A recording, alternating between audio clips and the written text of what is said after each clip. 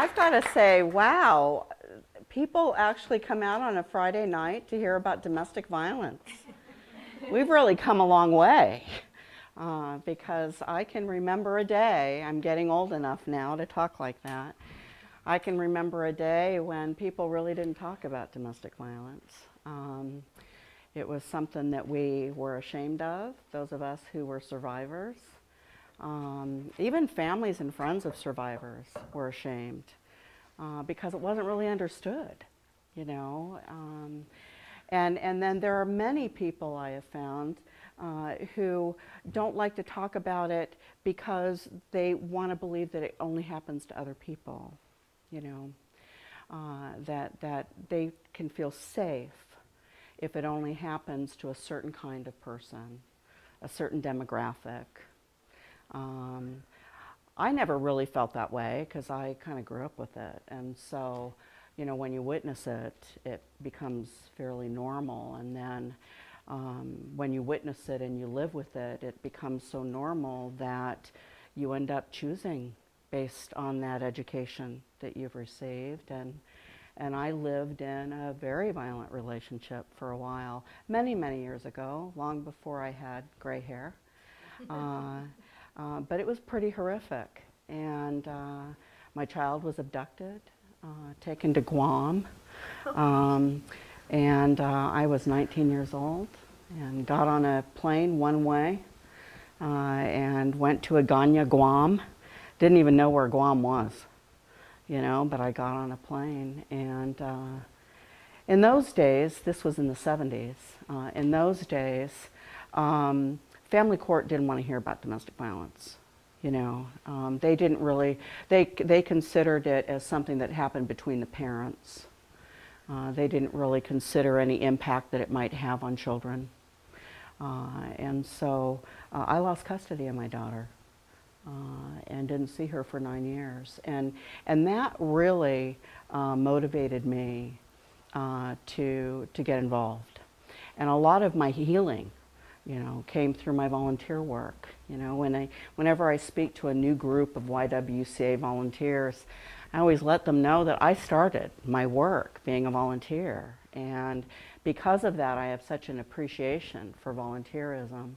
And any organization that I run will have an engaged community with volunteers. You know, I always feel like we're kind of stingy with our work if we don't allow volunteers to get involved. I mean, we love it so much that we spend our whole careers doing it. And it's kind of selfish for us not wanting to share it with the community. And so I can look around here and I see a few of our YWCA volunteers. And I just want to say I appreciate you and all of you for coming out on a Friday night. We are here to talk about the intersection of domestic violence and homelessness. And you hear that word a lot, intersectionality. And I really like it. I really like it because I'm visual, I'm a visual person, and to me, an intersection really captures the complexity of issues when they come into contact with another issue. Now for YWCA, and YWCA is different than the YMCA. If you thought you were coming to a presentation about the YMCA, you're in the wrong place. It's one little letter, but it makes such a big difference. So many people, I can even be wearing my name tag and somebody will come up to me at Safeway or whatever and they'll say, "Oh, I just joined your gym." And I use that opportunity to engage them for at least 5 minutes on the difference between the YMCA and the YWCA. Both are incredible organizations, you know, but very, very different. Both started about the same time in the 1850s in England. Both started about the same time here in the States, but very different. And I always like to say they're the ones with the gym and the pool. We're the ones without the pool. We don't have a pool. Some YWCAs do have pools, so I can get caught in that sometimes. But generally speaking, we're the ones without the gyms and the pools. We kind of fly under the radar a little bit more often because we're doing work like domestic violence work or sexual assault work, because our mission is to empower women and to eliminate racism. Now, a lot of people wonder about that. They say, God, Denise, why WCA? I get the W, the women, the empowering part. That really makes a lot of sense. This eliminating racism stuff, why does the YWCA do that? And I keep them for about 5 minutes and tell them that the reason why is because when we first started in this country, abolition was beginning. Slavery had been in force for a long time. There were abolitionists. A lot of those were women. And a lot of those women, through that abolitionist movement, started realizing that they too didn't have rights that every human being should have. And so intersectionality for anybody in the YWCA is a slam dunk. It's in our DNA. The connection between racial justice and gender justice, between LGBTQ rights, between any kind of ism, any intersectionality, we get right from the very beginning. It's complex. Now with domestic violence, let's go ahead and, Sarah's being she's done this before too, she's experienced. Although I really didn't invite you here to do this. That's all right. I invited you here to answer questions if I can't. I do say often, again, that visual person, we know how intersections can get busier. Well, the intersection of domestic violence and homelessness has truly never been busier. I've been working in the domestic violence movement now for over 30 years. And housing and homelessness is always an issue for women and families fleeing domestic violence. When you think about it, the violence is happening in their home. And so they either have to remove the violence from the home, and chances are they're not going to be able to do that, or they have to remove themselves and their children from the home. And then to do that, what are they going to need? They're going to need another home. And so we've always dealt with barriers, with housing, working with victims of domestic violence, because even 30 years ago, landlords were very skittish about allowing a victim of domestic violence who was fleeing domestic violence and her children, and women in trauma, and I can speak from experience, are not always well behaved. We don't always present well. We've got a lot of stuff going on. We might act a little crazy sometimes. I can speak for myself with that. Not casting any aspersions. It's just the reality of trauma. And so landlords have always been somewhat reticent, and we've been working with landlords for as long as I've been around to try to convince them to open up their hearts, open up their homes, and give these women a chance. Go ahead and change the slide.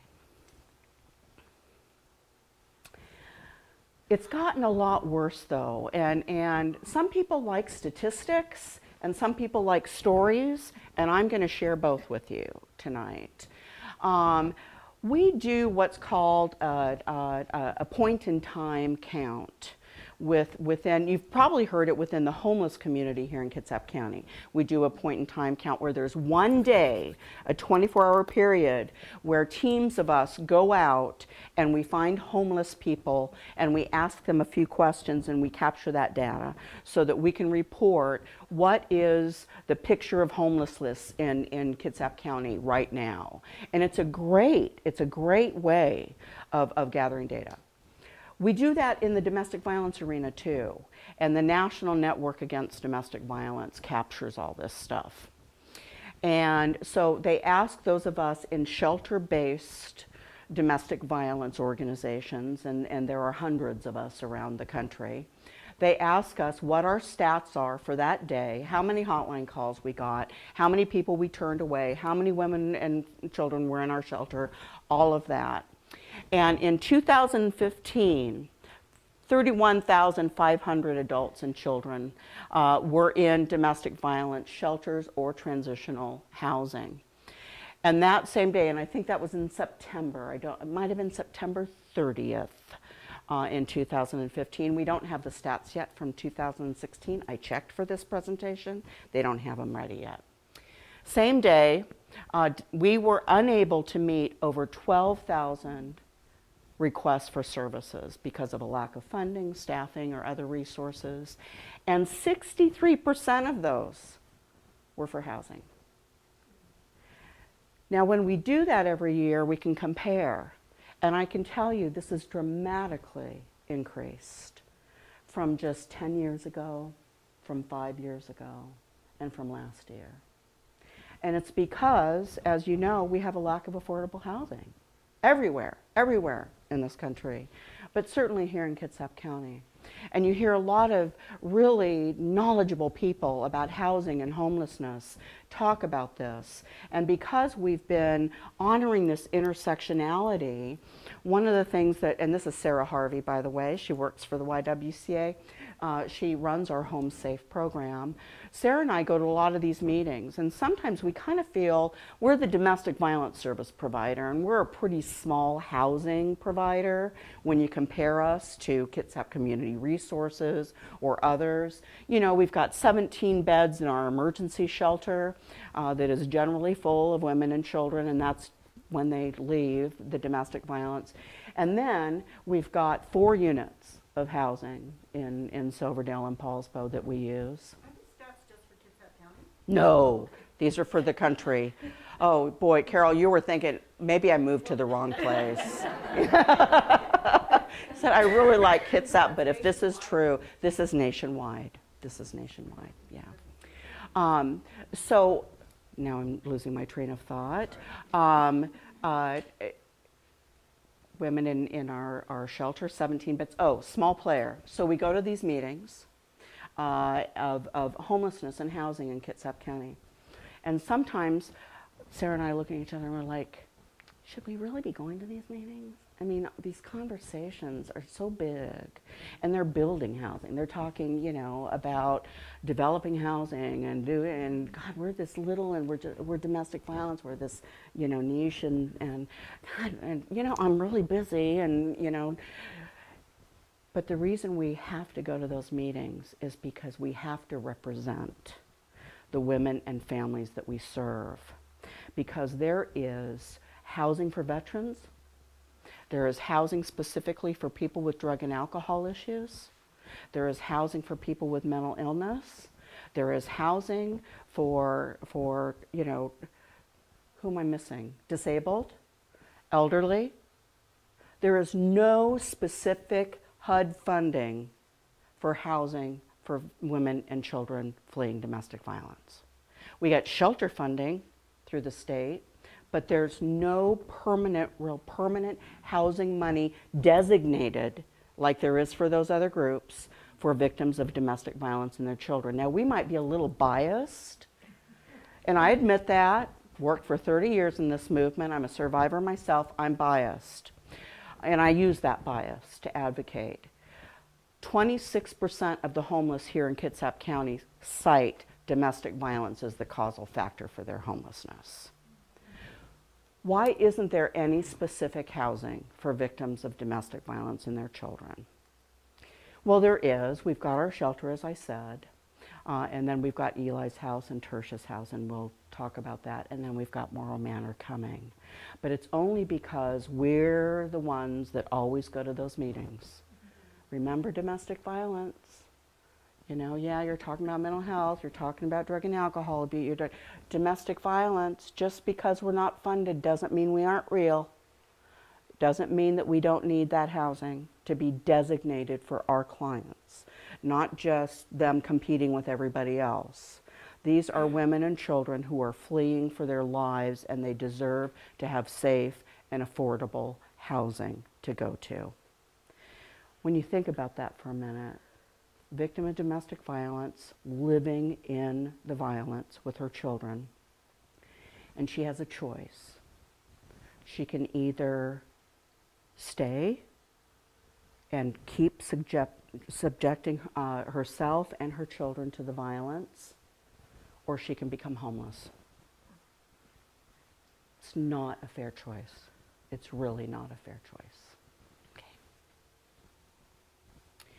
Talking about the lack of affordable housing, and you hear this more and more. I think I've heard you, Mayor, talk about, you know, the recession in 2008, 2009, and people stopped building. They just stopped building. And so, you know, while we certainly see some building happening, it's not meeting the demand.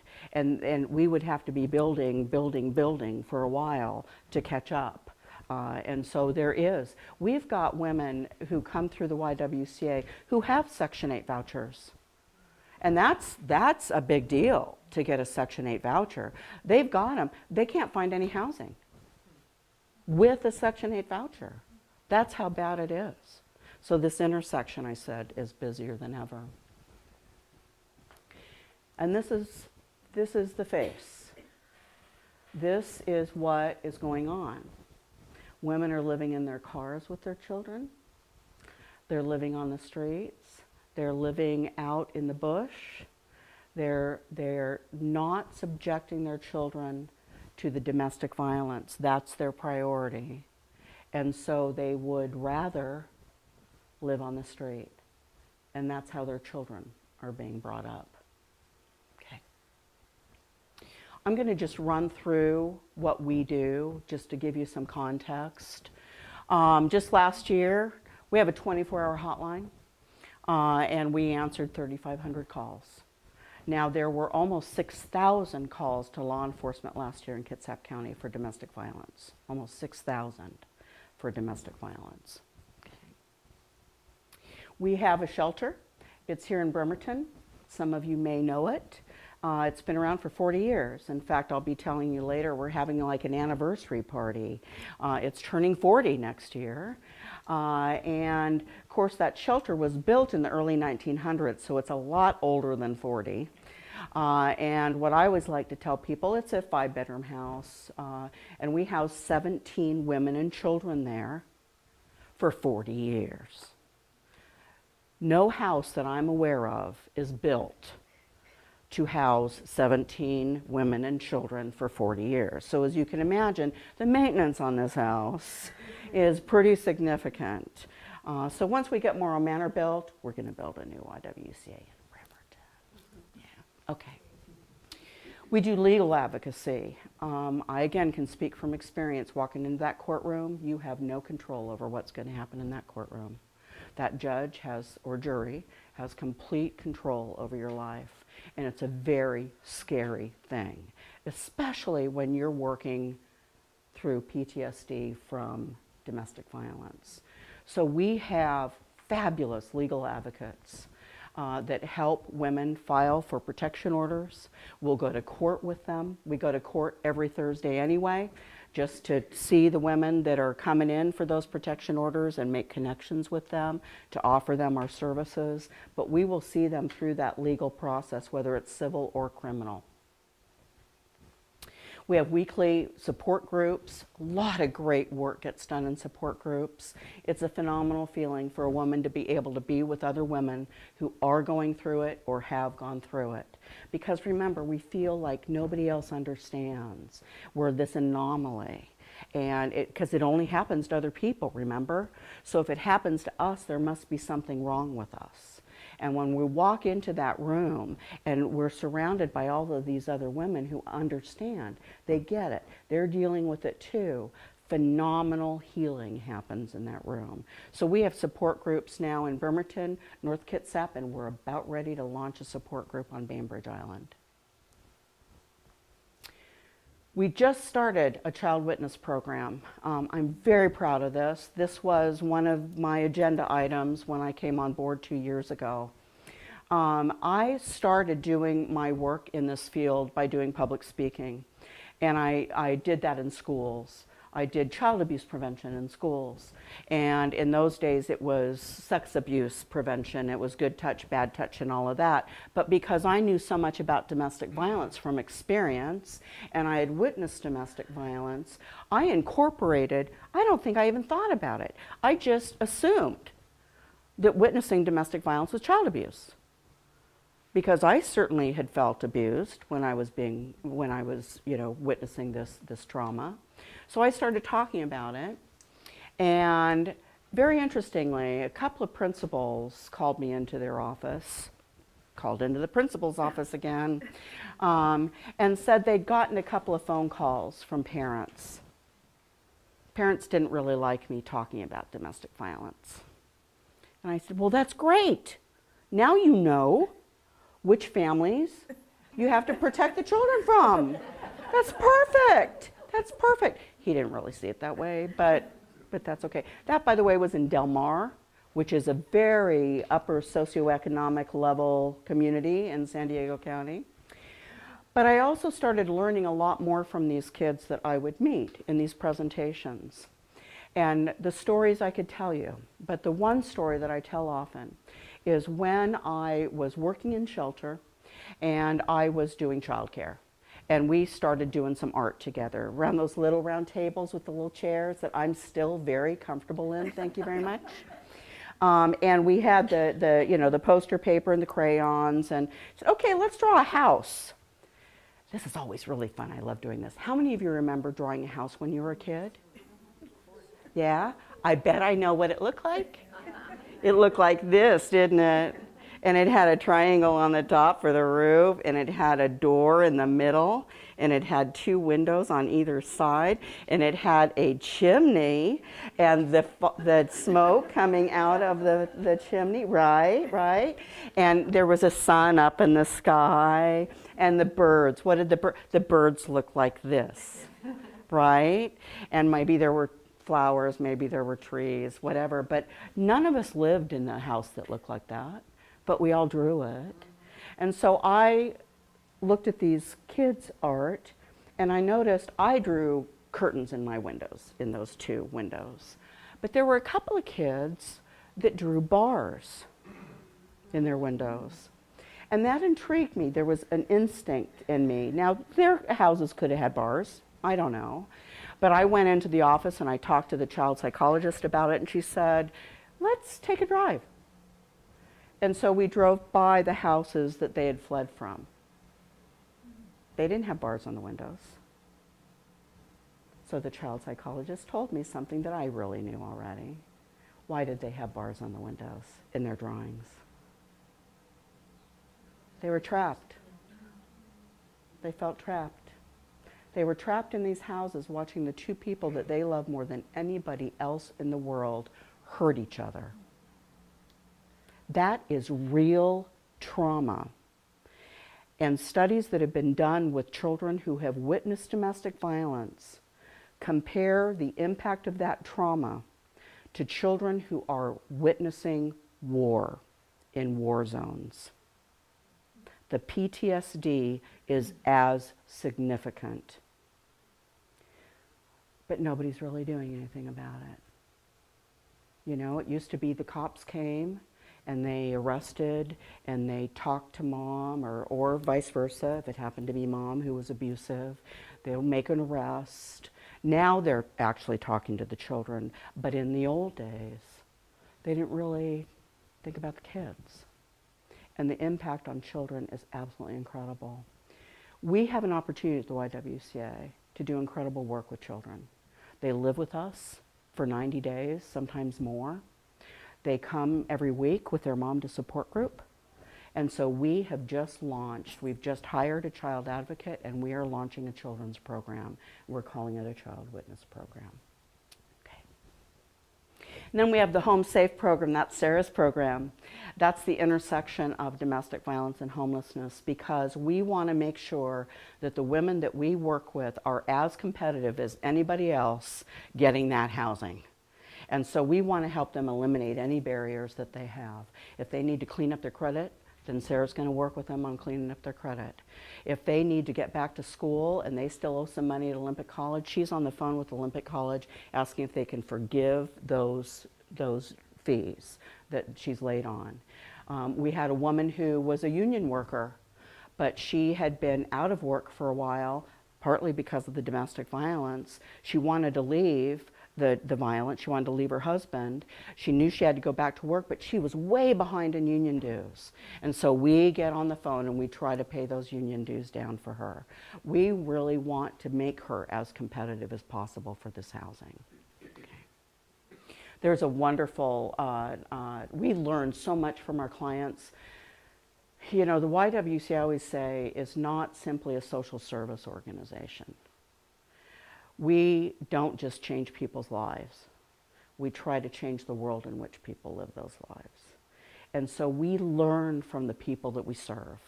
And then that informs our work on a different level. And we learn from these women every day.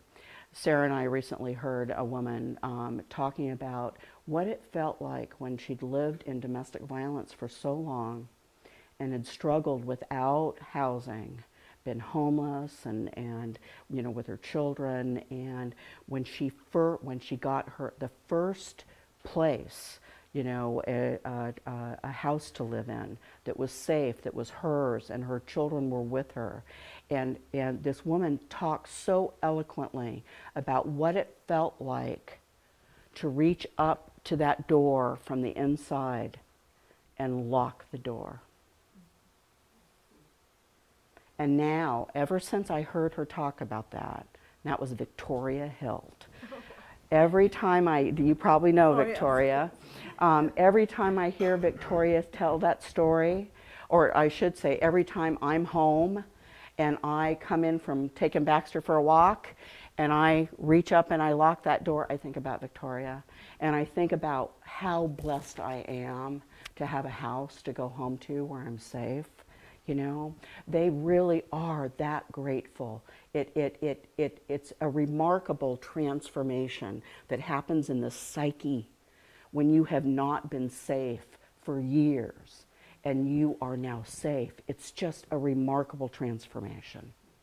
This, go back. This Sarah helped me with because it is really complicated recovering from domestic violence.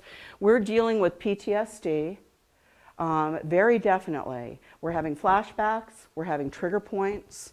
A smell can launch a woman into a panic episode. A certain sound. Relationships are very, very difficult to navigate. But then, you know, her credit. You know, he has been using her money to buy drugs. Or, you know, yeah, honey, I paid the bill, but the lights go off. Some of it's in her name. And her credit gets bad right along with his, even if she hasn't played a role in that. Now, I'll be honest with you. Sometimes she has played a role in that, you know. And we'll work with her on that, changing her own patterns. But often, she hasn't been in control of the money. He controls everything. He controls the money. He controls whether she goes to school or not. He controls whether she goes to work or not. So most of the time, she's really not responsible for the impact of his behavior on her credit. So we have to work on that. And then there's childcare. There's a huge lack of affordable childcare. So if she wants to go back to work, where are her children going to be? And by the way, they're in PTSD too. They're not the easiest kids to have in daycare. She might be dealing with addiction. You know, that's a very real situation. Sometimes, you know, it's the chicken and the egg type of controversy. Is she an addict because of the domestic violence? Did the domestic violence happen because she was an addict? I don't know. You know, let's just work on them both. Let's just, you know, get her safe and get her clean and sober, you know, and then we can figure out how to deal with what came first and what she needs to deal with. Transportation, Patty, you know this. Transportation in Kitsap County is a huge barrier. You know, most of the women that we serve have at least 2 kids, sometimes 3, sometimes 4, you know. navigating public transportation with a bunch of kids in tow, it's just horrific. Even for single people, it's a challenge. But for women with children, it's a significant challenge. And then, of course, there's medical bills. You know, domestic violence is the leading cause of injury to women in this country.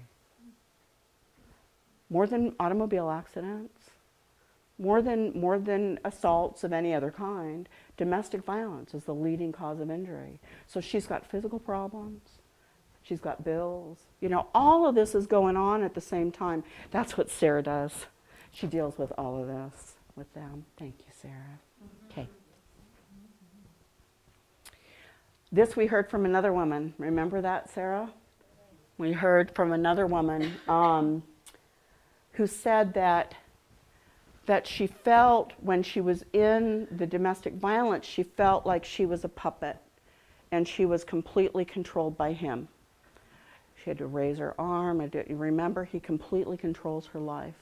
And that, by the way, is why it's so dangerous when she leaves, because he goes from 100% control over here to 0, just like that. And that creates an incredible desperation in him. And sometimes he's willing to kill her to have control. Heather Kelso died 2 years ago here in Bremerton because she had left. And he hunted her down and shot and killed her. So that does happen. That does happen. So she feels like that when she's in this relationship. What this woman talked to Sarah and I about, and this is something that really differentiates the YWCA from other organizations, we don't want to just transfer the strings from him to the YWCA. We don't want to be the puppet master. We don't want to control her life. We want to provide her with support and education and choices and do as much as we can to empower her to lead her own life. And so I think what Sarah does and what other advocates that work at the YWCA do is we try to cut those strings one by one until she can live a life completely independently. Not dependent on us, but only dependent on herself and friends and family. Okay. So that's true empowerment. All right, next.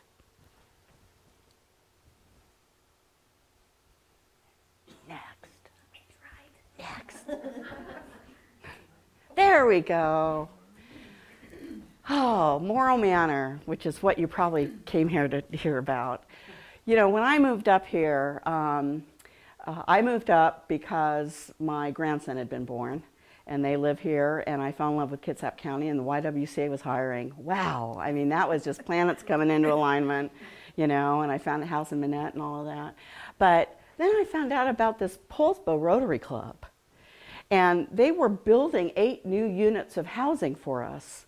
I said, God, I gotta meet these people. Most of the time when I go to a Rotary Club and do a speech, and I think I'm a pretty good public speaker, but I get a coffee mug. Or maybe they make a gift to polio in my honor. That's what I normally get. I said, who spoke to them? How do we get 8 units of housing? This group is phenomenal. And it's because of Artis Morrow. Any of you know Artis? I call Artis the grande dame of Poulsbo. She holds court wherever she goes. And I also now call her the female version of John Glenn. And let me tell you why I do that. Artis has always, no, she's 93, I think she's just turned 93. She's always tried to change things that are wrong in the world. You know, and I guess Poulsbo didn't have a swimming pool, and she was involved in making sure it had a swimming pool. And I mean, she's done so much in her life. And then her great nephew, Eli Creekmore, little boy, little adorable boy, living over, I think it was in Everett or across the water, as I've learned to say, was being raised in abuse. Little boy, and was being beaten. And the family knew and didn't know what to do, and they would call, and and this was, again, gosh, I should know what year. It was in the 90s, early 90s. And he ended up being kicked to death by his father. He bled to death internally, and it devastated the family, and it devastated Artis. She loved this little boy. And she took it upon herself to change the laws. She just started, and she will go up to anybody and start talking to him. And I rarely leave a conversation without agreeing to do something. And usually I'm the one that's having people do that. But somehow with Artis, I get delegated things. She changed the world with child abuse. She made sure that the law now says that when there's child abuse, the parent is removed, not the child.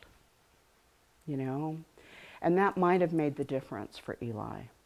And so that really motivated her, and because of her relationship in Poulsbo and in the community and with the Poulsbo Rotary Club, they took on domestic violence.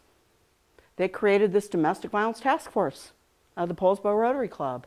And they worked with Housing Kitsap, and they got the YWCA a couple of houses, one in Poulsbo and one in Silverdale, and we called the one in Poulsbo, of course, Eli's place for Eli. And the Poulsbo Rotary Club still takes care of that house. We have 2 women and how many, 7 children? 6 children living in that duplex in Poulsbo.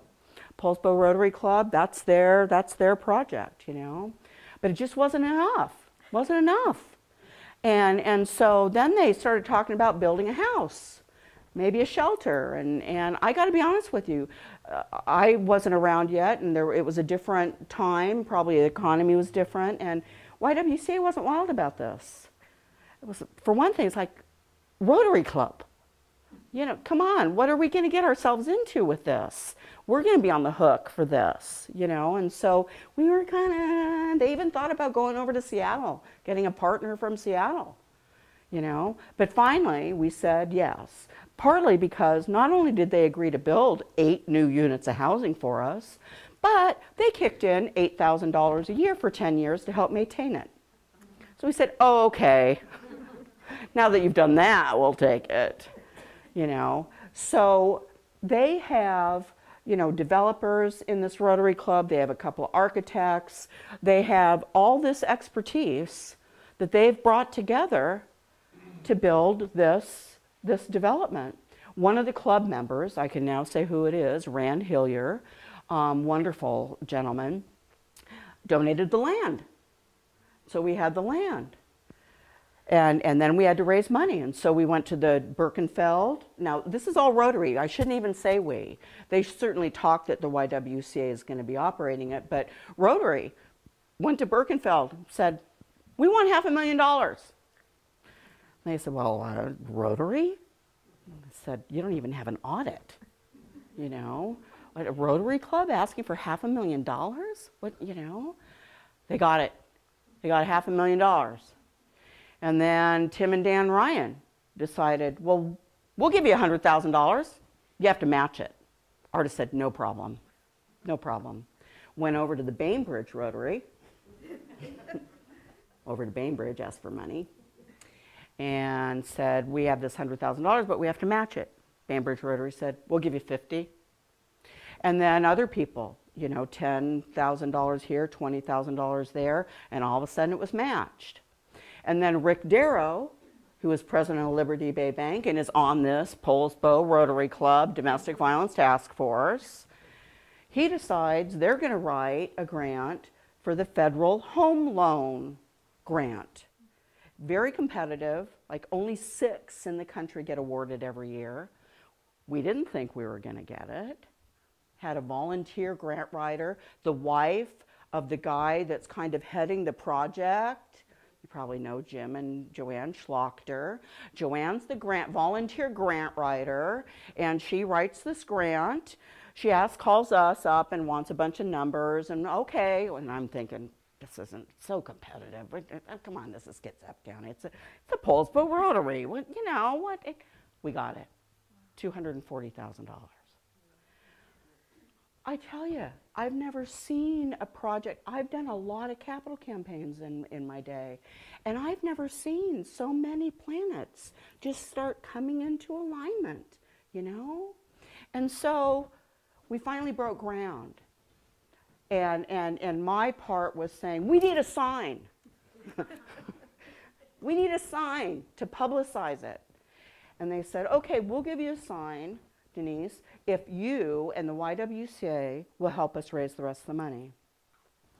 I didn't tell them that if the YWCA was doing this, I'd already be doing that, right? It'd be part of my job. They're going to be giving these 8 units of housing to the YWCA. If the Poulsbo Rotary Club wasn't doing it and the YWCA was just trying to do it, it would be my job to raise the money.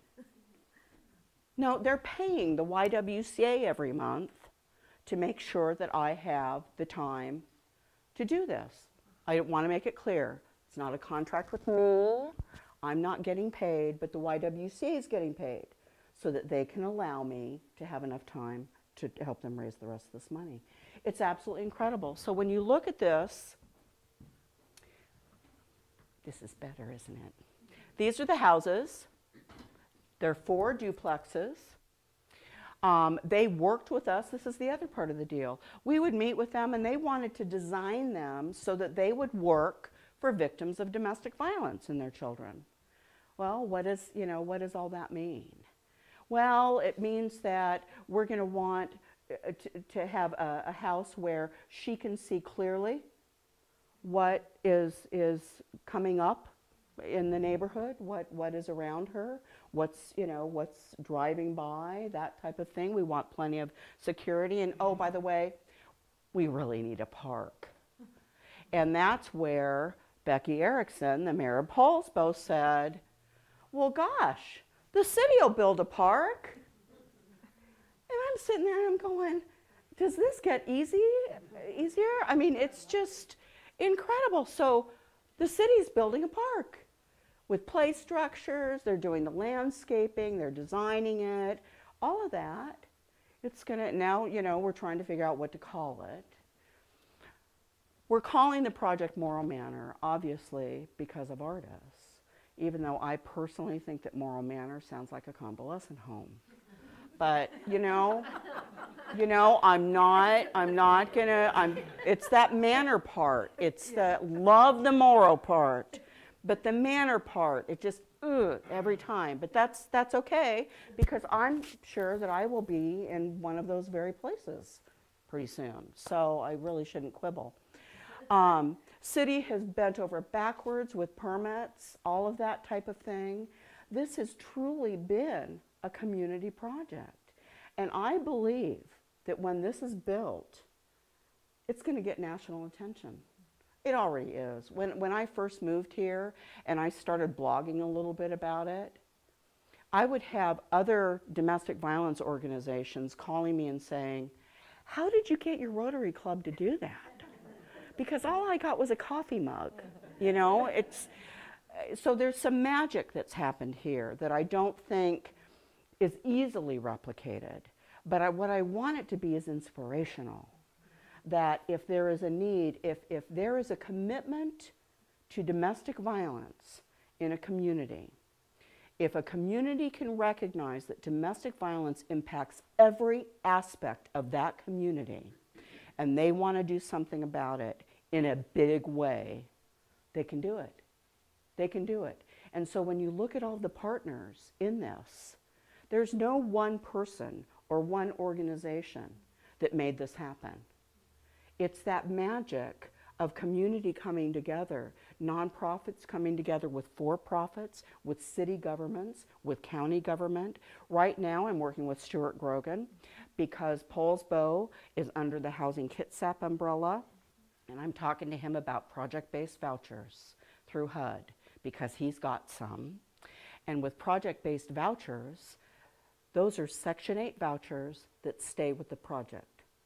So if we get awarded these project-based vouchers, then we can have one of our clients who might make $700 a month, come in, pay up to 1/3 of her income, and rarely do we charge that, I have to be honest with you. Most of our clients are paying $50 a month or $100 a month, something like that. But these vouchers will be money from the federal government that subsidize those units forever. So that's income that keeps coming in that can allow us to bring women in who have no other place to go until they get their lives back on track. And we provide those services that I was talking about earlier. It's absolutely magical. Yeah, coming soon to a neighborhood near you. Yeah, okay. This kind of looks boring, I know. I saw these and I thought, oh, can we make them a little bit prettier? But this, as you can probably tell, you know, this is the duplex, these are the garages, and then on the other side, these are the entryways. We've made them in a way that can accommodate different size families. And we even have one unit that has an apartment situation that could either be open for use as a 4th bedroom and larger living area, or more of like a studio apartment type of situation for a single woman without children. We're very excited about that because single women don't have very many options at all. Usually women with children have more availability of services. We've got, as I said, volunteer architects, volunteer developers. Some of it's costing us money. I mean, it's going to cost $2.5 million. Again, Rotary Club, $2.5 million. And we've raised about 2/3 of that. We have probably about $600,000-700,000 left to raise. And that, I know that sounds like a lot, not really a lot of money. Of course, if any of you want to help with that, you just let me know. Okay. This is a montage of this partnership. This is Rand Hillier. He's the gentleman that donated the land, and he wanted to be anonymous for a long time. He wears a bow tie usually, and he comes off as this crusty guy, you know. But I always tell him he's like a sea anemone. It's like this, you know, spiny on the outside, and then he's just mush inside. This, of course, is Artis. She's just you know what? She is a great broad. That's what she is. That's what Artis is. She's a great broad, as well as being the Grand Dame of Poulsbo. This is that domestic violence task force that I was telling you about. And this, that's me. This was our groundbreaking. This is when we got to do the groundbreaking. The trees are coming down. I won't tell you how many cedars came down on this piece of property. But we're just about done with clearing the land. Then we'll do site work and start building up. This is Jim Schlachter. He's the project manager. Again, Poulsbo Rotary. He's the project manager. These are just some of the people that came together to make this happen. It is something that Kitsap is an incredibly special place. I mean, I've lived here now for 2 years. I fell in love with it right away. My love for it deepens every day. Every day, Patty, when I cross that Manette Bridge, you know, I'm filled. That's where I get my spirituality from, is from this beautiful place that we live in. And the community is just as beautiful as our surroundings. And this, I think, this project, and probably there's a history of many other projects, but this is the one I'm most familiar with. This demonstrates the magic of Kitsap. You know, not that we want a whole lot of people moving here or anything like that, but I really do think that it can be used to inspire other communities around this country to come together and make something like this happen. Because it really hasn't been that hard. Okay. Before I open it up for questions, I just want to give a plug to a couple of different events that we have coming up. This is pretty cool.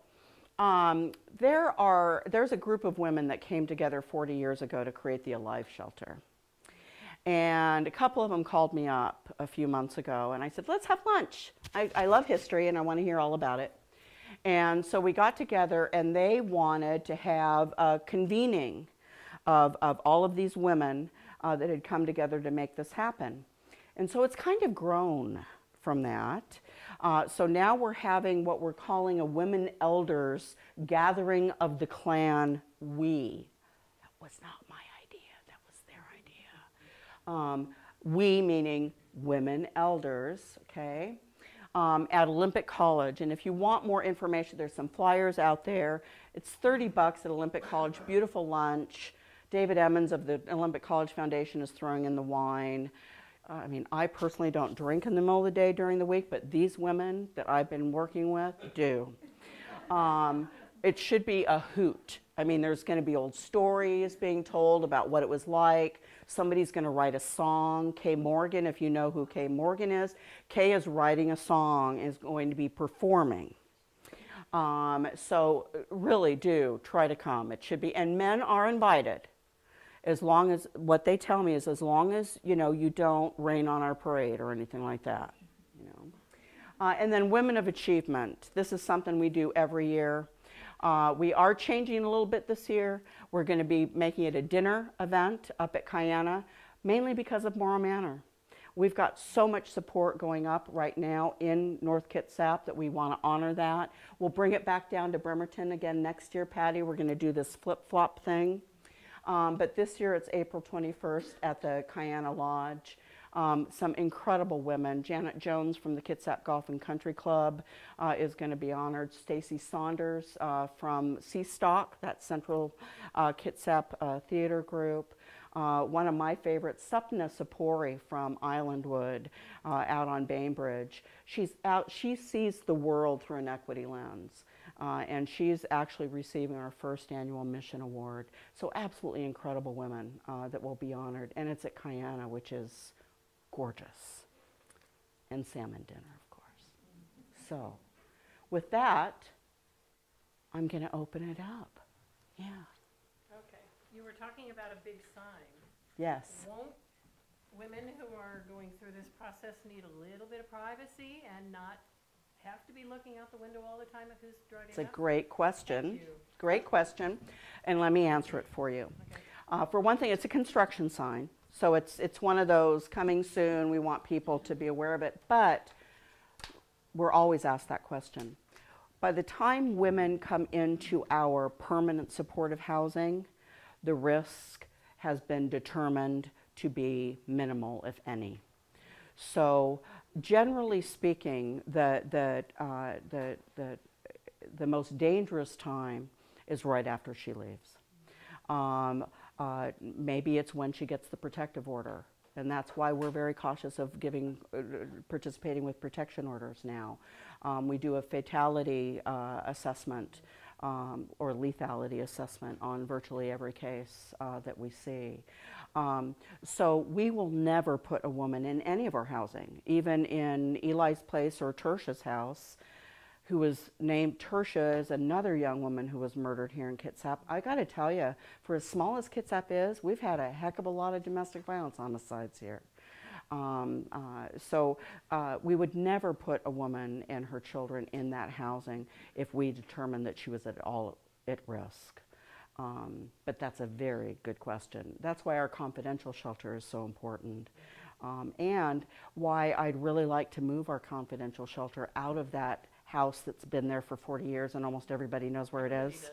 I had to find it one day and, what are you looking for? Well, oh, it's right there. Yeah. I didn't even have to say what it was. Oh yeah, yeah. Now, knock on wood, we haven't had anything happen, but I'm always, Sarah will tell you, I don't like it. And so when we're done with Morrow Manor, my vision is to sell the shelter, to sell our office on Pacific Avenue, and use that money to build a new YWCA, all in one building. Services on the ground floor, maybe a food co-op, downtown Bremerton, food. Second floor, you know, just gotta, as long as I have the mayor here, you know, I've gotta just do my little deal. She's heard it, it's nothing she hasn't heard before. Second floor emergency shelter, just tight as a drum with electronic surveillance and so forth. Third floor, maybe fourth floor, housing, affordable housing. That's our vision, because truly I don't believe they're as safe as they should be in that beautiful 3-story craftsman house that was never built for 17 people to live in for 40 years. Yeah, but great questions. What else? The Housing and Urban Development Department this week announced that they were cutting $6 billion from assistance programs. How much does that imperil this kind of project? I mean, you seem very hopeful that this can be used as an example and something to be modeled, but is that realistic in the current It's really scary. small government It's environment? really scary.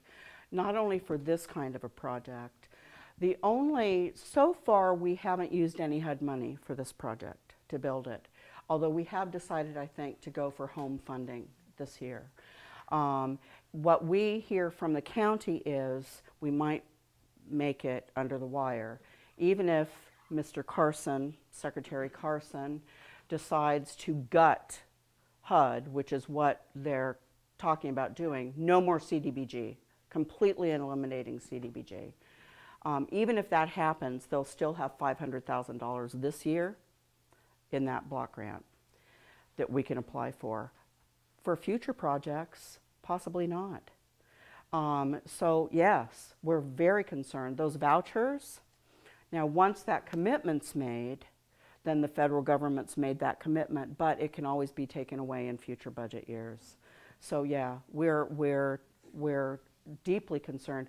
But you know, we've been, YWCA, and if you follow our Facebook page, if you know that we're a national organization with a very strong advocacy organization in Washington, D.C., you know we have been vigilant since Election Day.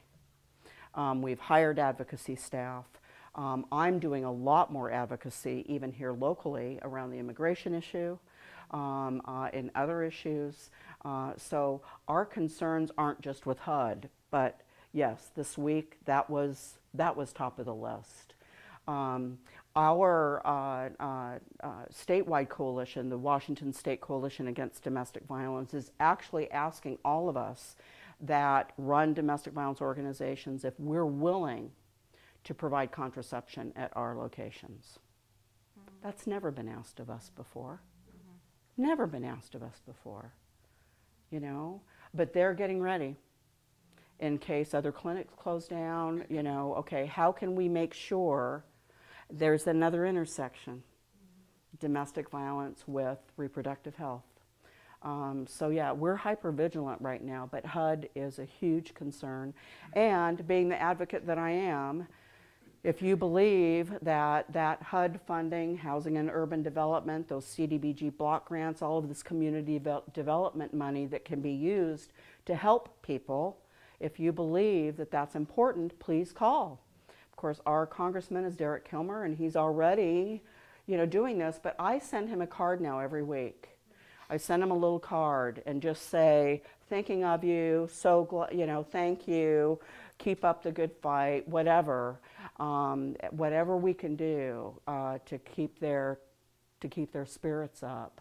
I know that got a little political, but we're the YWCA.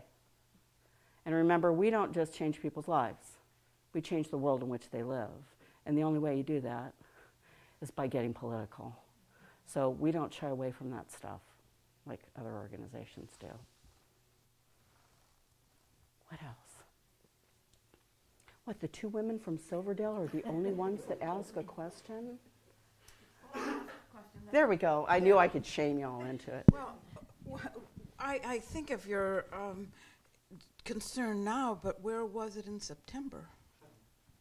Oh, I don't need that. They've already got me. I think our concern was always there, even in September. What we're seeing now are additional threats. Yeah, but You know, the HUD wasn't being threatened to completely disappear. You know, contraception wasn't disappearing from clinics. So I would say that our vigilance has been ongoing for a long time, but the volume's probably been turned on it.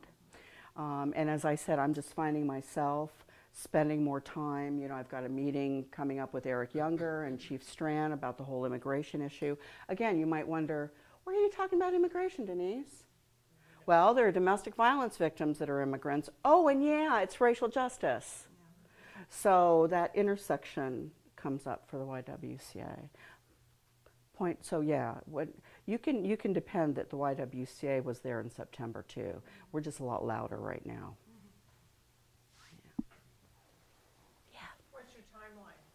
For Morrow Manor, if we go for the home funding, we have to stop construction for at least 3 months for the environmental thing. We're hoping that we're going to open in spring of 2018. If we have to stall construction, it'll probably be summer or fall. So I'm saying fall of next year. And the capacity? 8 families. So 8 women, and there are 2 and 3 bedrooms. So probably without, probably 30 to 40 kids. And what is the term of residency? Rotary would like it to be around 6 years. We used to have transitional housing. We've ended that. It's now permanent supportive housing. And so there's really no, from anybody other than Rotary, we don't put a restriction on it. We really hope that, because we don't just put women in the houses, we provide services to them ongoing. And so what our goal is for them to want to move, for them to, get their degree, to get a job, and really want to move out of subsidized housing. That's always our goal. How that's going to look, we're going to try to stick to that 6-year limit. So, 4 years comes along and we'll be really talking with her about what her plans are. Will those services be required for her? Now, you want to talk a little bit about, I think you could come in with that, because remember that string thing? Yeah, but Sarah talks eloquently about it. Right now we don't require, there's no mandatory service that's provided. Every woman that comes in, no one wants to be in our housing. No one, dreams of someday I get to live with in YWCA subsidized housing. And so a lot of the times, women that come in, they have goals that they're working on that we then get to come alongside and help them with. So oftentimes where there's that requirement of you must attend X number of classes, or you must reach this, whatever it is that's set, that's an added barrier. It's an added string. And so we found that when we give that woman the empowerment and the choice to make the choices that she believes are best for her and her family, that's where you see success. That's where you see forward momentum and change happening, is when someone believes that they actually do know what's best for them. And they do know what's safe for their children. And if they follow that, and if they're supported in that choice, then eventually things get better and better.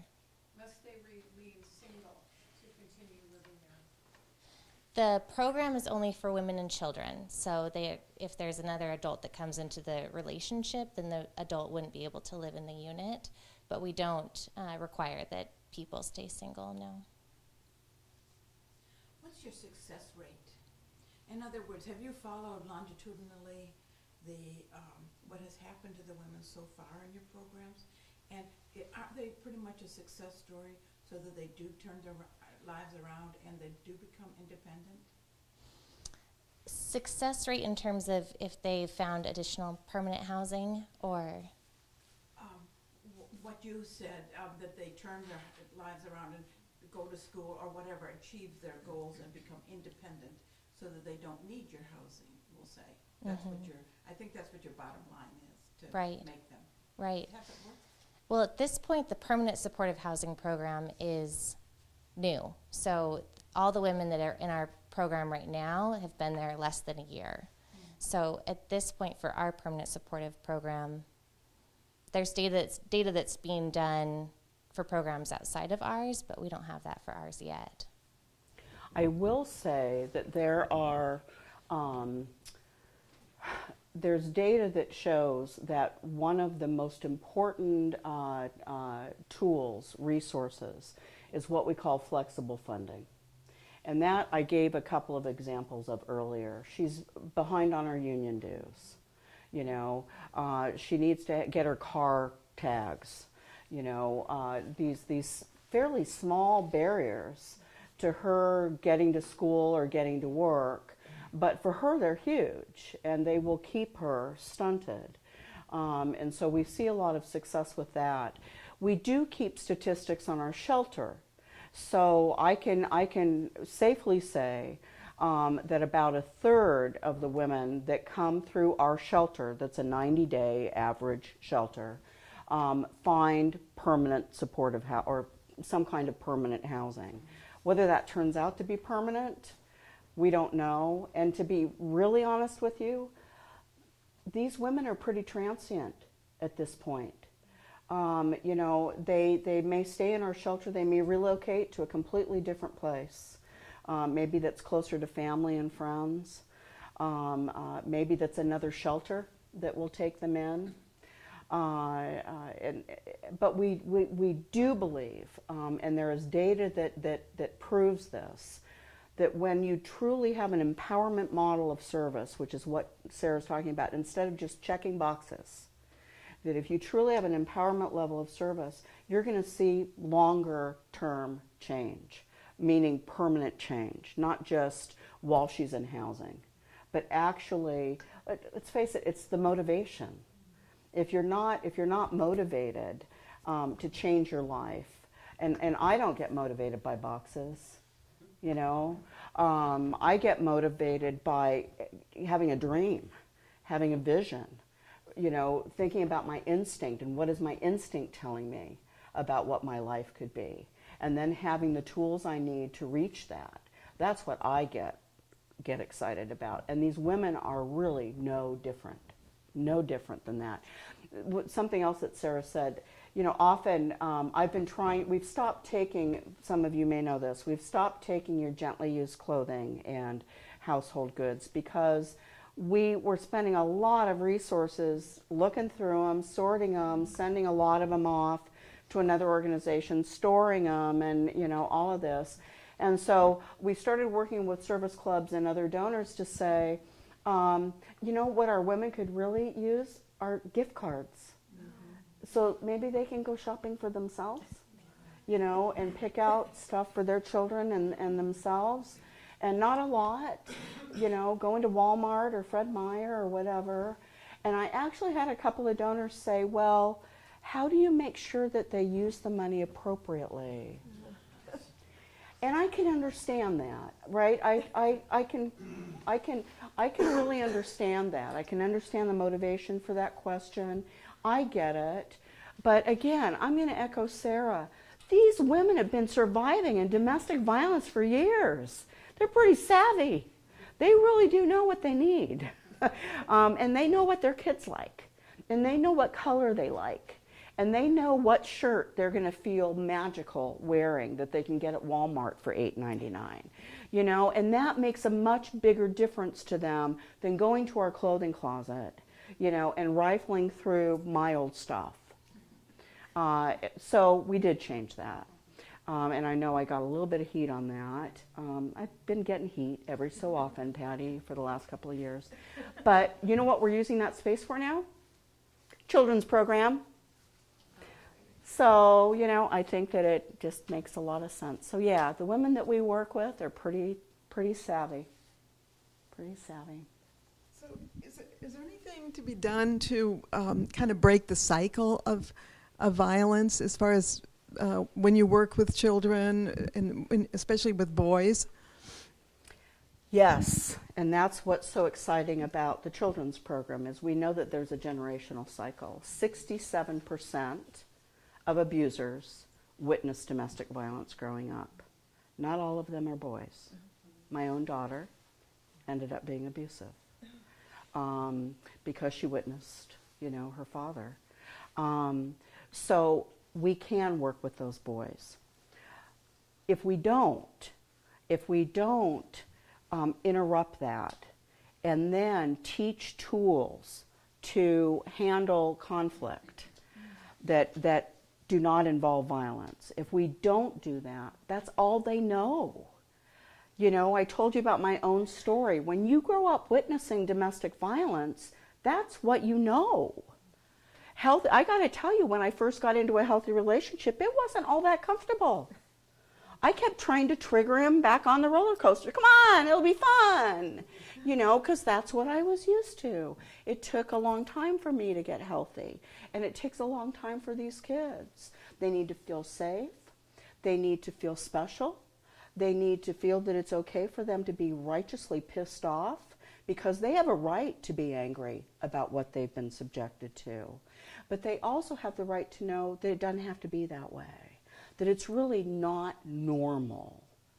You know, all that normal means is that something's gone on for a long time and we get used to it.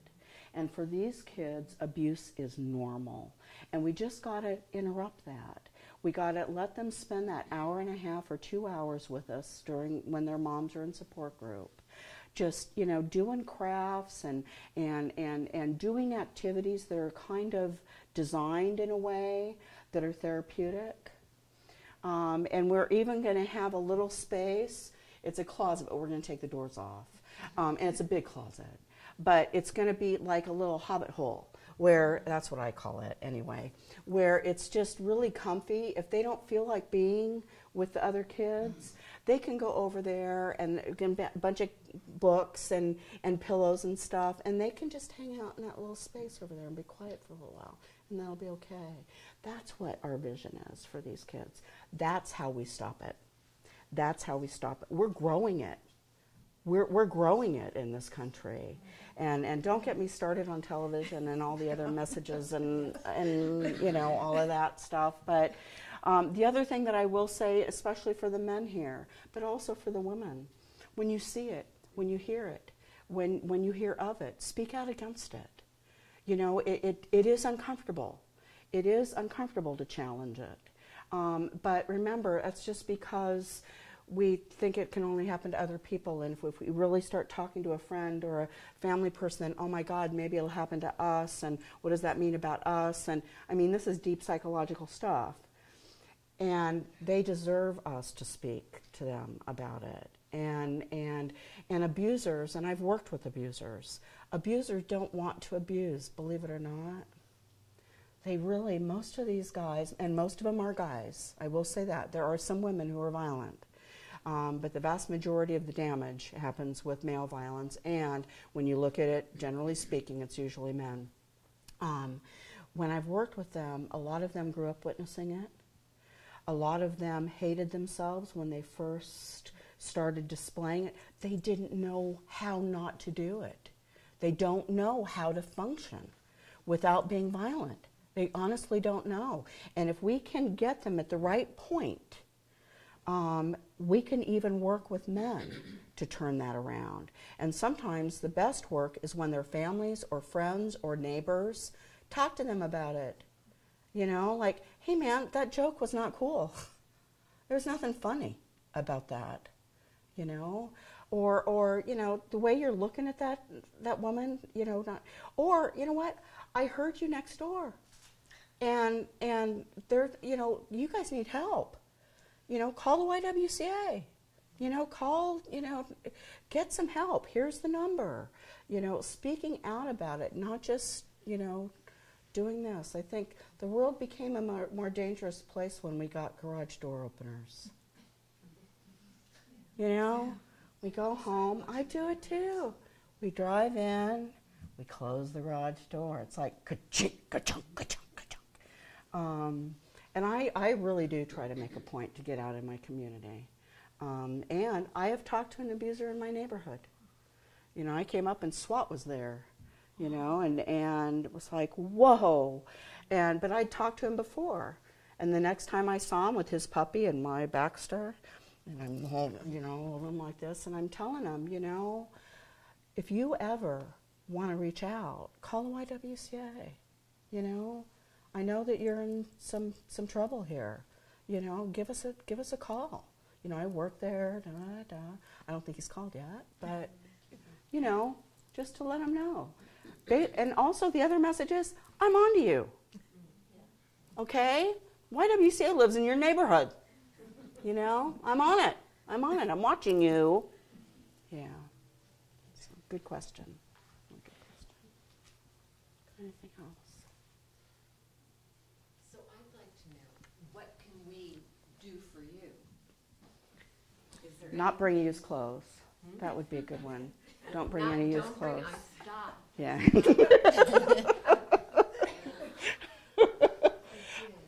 You know, I wouldn't be doing my job if I didn't tell you monetary donations are the most important. We leverage everything that we have. We really do.